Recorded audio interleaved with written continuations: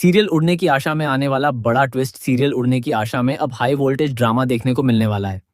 कहानी में 7 साल का लीप आ चुका है।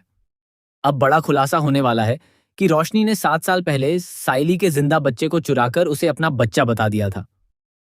इसी गलतफहमी की वजह से सचिन और साइली अपने परिवार से अलग हो गए और नई जिंदगी शुरू कर दी। लेकिन उन्हें यह बिल्कुल भी नहीं पता कि उनका असली बेटा 7 साल बाद उनसे टकराने वाला है। आने वाले ट्रैक में सचिन और साइली बाजार पहुंचते हैं, जहां उनकी मुलाकात लक्ष्य से होती है। यही वह बच्चा है जिसे रोशनी ने 7 साल पहले उनसे छीन लिया था। लक्ष्य को देखते ही सचिन और साइली को एक अजीब सा अपनापन महसूस होता है। साइली को लगता है कि उसका इस बच्चे से कोई गहरा रिश्ता है। वह भावुक होकर उसे अपने साथ ले जाने की कोशिश करती है, लेकिन वहां मौजूद लोग उसे रोक देते हैं। हैरानी की बात यह होती है कि बच्चा भी साइली का हाथ छोड़ना नहीं चाहता। सचिन साइली को समझाने की कोशिश करता है कि शायद अपने बच्चे को खोने का दर्द ही उसे ऐसा महसूस करा रहा है। लेकिन साइली का दिल बार बार यही कहता है कि इस बच्चे से उसका कोई गहरा नाता है। इसी दौरान साइली की मुलाकात एक बुजुर्ग नर्स से होती है।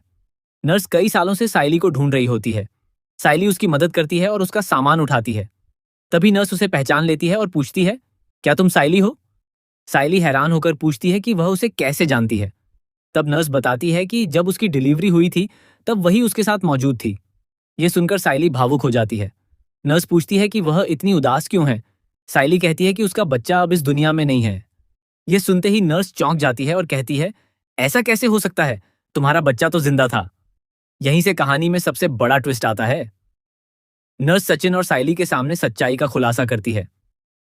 वह बताती है कि उनका बच्चा जन्म के समय बिल्कुल जिंदा था, जबकि उनके साथ आई दूसरी महिला का बच्चा मर चुका था।